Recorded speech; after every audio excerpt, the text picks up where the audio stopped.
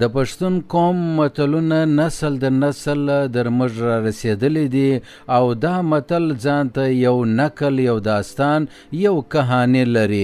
نن به زه پر یو داسې متل باندې ګایږم چې هغه ډېر مشهوره دی او د ځان سره یو ښه زبردسته کهاني، نکل او داستان لري. دا متل دی چې په پښتو کې وایي یو لرګی یکړ نه سوځېږي. ویل کېږي چې په خوا زمانه کې دوه ورونه له مور و پلار څخه ماشومان پاته سول.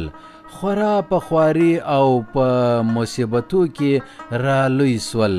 چې ځوانان سول نو یې د مشر ورور واده ور وکړي.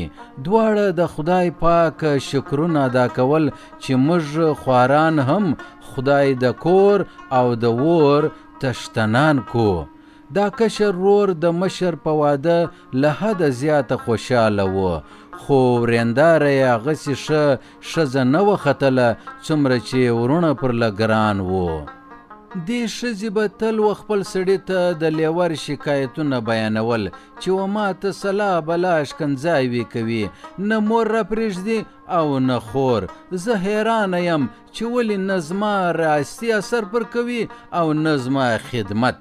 زه ورسره ستړی ستومانه یم او دی لا ناراضه. پښتانه وای زه خواره دی ناخیاله، زما د نصیب خاورې سي، زما لاس ګر سره تور سپي څټلی دی، ګل وکرم زوزان را زرغونه سي. اریانه یم چې زه خواره څه وکمه، ما څه بد ورسره کړي دي، بس ما نصیب خوار دی. پښتانه وایي یم له خپله نصیبه خواره، ګیله نه راځي له پلاره. میړه خوار یې په شروع کې په خبرو باک نه کوي، خو آخر د ښځې له شکایتونو تر پوزې راغلی.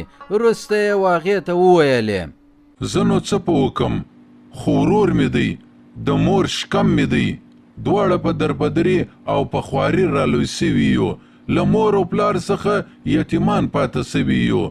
ستا ولور مې هم د ده په کومک ادا کړی دی. زما په واده در ما زیات دی خوشحاله و. اوس چې زه د ده دوې خبرې نه یوسم نو څوک بې وړي. ښه دی که بد دی خو زما ورور دی، زه هېڅ نسم ورته ویلی، او بل ما په ټوله عمر په ده کې هېڅ بد نه دی لیدلی. ته وایې ښکنځاوې راته کوي، ما خو د ده ښکنځا هېڅکله نه دی اورېدلې. زما د ده بد هېڅکله زړه ته نه لویږي. بس آینده و ما ته د ده غیبتونه مه کوه. زه بې له تا ګزاره کولی سم، بې وروره نسم پایته کېدلی. زیاته نو ستا خوښه ده. ښځه یې د دې تړۍ وروسته یو څو ورځې غلې پاته سوله. بله ورځ چې یې سړی ماښام له کاره راغلی نو ښځه یې چپه پرته واله. په زور زور یې د مکاري څخه بغارې ویلې.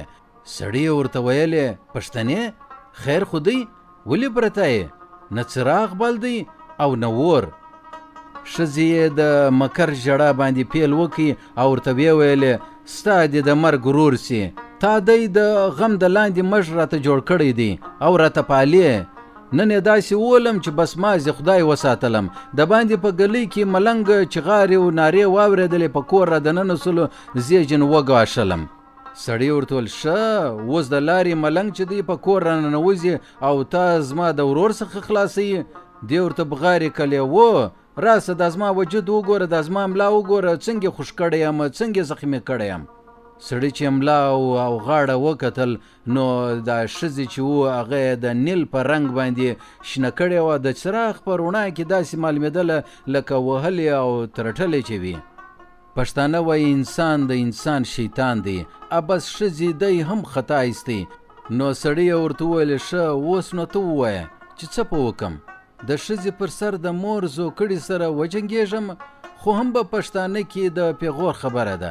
خلک به را باندې خاندي چې ګوره کوشني سره لوی سول، چای شر خو پرېږده، په زوره غږ لا نه واورېدی، او اوس چې خپل واده وکړي نو یو ورور له کوره وشړئ. هغې پوښتنه جنې وکړه ښه سبا چې نو ته راځې زه به یې وژلی یم، نو بیا دا ژړا او جنګ څه پیدا؟ سړی ورته وویلې ښه دی خو دومره زر نه چې لږ دا ستا د وهلو او د زخمولو خبره لږ زړه سي نو بیا به یو څه چاره سره کښېږدو. ښځې یې ویل ښه دی. څو ورځې پس ښځې بیا فریاد شروع کړي چې نن یې په ګوټو ووښتلم، داسې پوچ رد یې ویلې والله که په کافر ملک روس کې څوک و خپلې ورېندارې ته داسې بدې ښکنځاوې وکړي لکه ده چې و ماته وکړلې. نو ای سړی و تا ته وایم دا د ورور یو څه چاره دې کښېږده، کنې ما پرېږده پر خپله لاره چې د خپل پلار کره ځمه، هلته خو ښه شیدې و شلومبې و مستې خو سته. سړی ورته وویلې ښه نو طریقه یې هم اوس راوښوه چې څنګه یې له کوره وشړمه.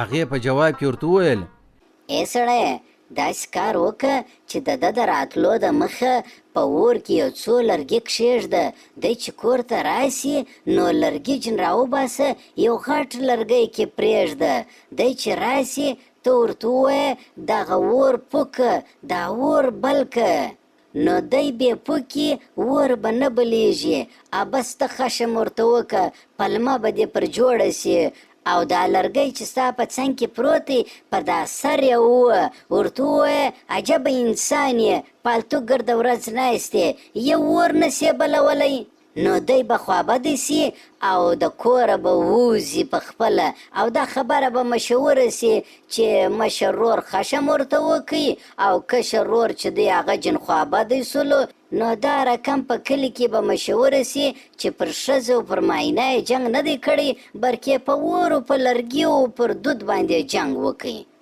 بس کشر ورور چې په اویلې راننوتی نو د ښځې په خوله د نغرې څخه لرګی راویستی او یو غټ لرګی په نغرې کې پرېښوی.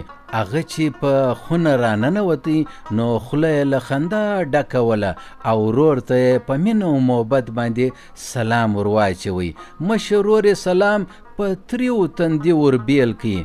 کشر ورور په پوه سو چې ضرور یو مسله سته چې دا ورور مې دی مرور دی.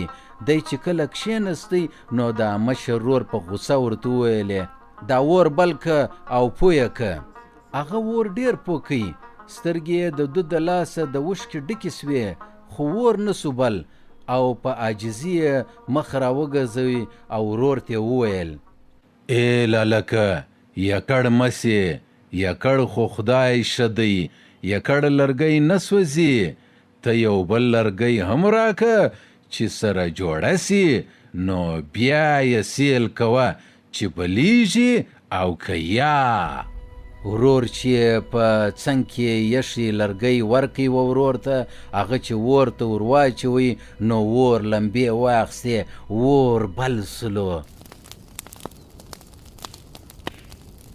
دا ډول یې مشر ورور پوه سو چې تنها خو رښتیا د هېڅ شي اهمیت نه وي، او که زه هم د ښځې په خولې ورور له مخه ایسته کم نو به زه هم یوازې سم، دا ډول به د هېڅ شي نه یم. لنډه دا په دې توګه سړی د ښځې په فتنه انګیزي پوه سو او په هغه ساعت یې طلاق ورکړي او ورته ویې ویلې واده بل پیدا کیږي خو د مور زوکړی ورور نه پیدا کیږي. دوستانو د پښتو دا متل یو لرګی یکړه نه سوځي موږ ته دا درس راکوي چې انسان په یوازې ځان هیڅ نسی کولی، لکه یو لرګی یوازې اور نسی بلولی، د نورو لرګیانو ضرورت وي، همداسې یو انسان هم د نورو له مرستې مینې او ملګرتیا پرته کامیابي نسی ترلاسه کولی. نو ځکه باید موږ کوشش وکړو چې د خپلې کورنۍ ورونو خپلوانو او دوستانو سره اتحاد وساتو، مرسته وکړو او له نفرت ضد او انانیت ځان وساتو، ځکه چې یو لرګی یکړ نه سوځي، یوازې انسان هیڅ نسی کولی، بریا تل په یووالي او اتفاق کې وي. دوستانو د نقیبی کلزی دغه یوټیوب چینل سبسکرایب کی او د ګانټي بټن دباو کی چې بیا نوې ویډیو تاسو ته در ورسیږي او د متلو او د کہانیانو د نقلو د نوري ویډیوګانې هم در سره وګورئ.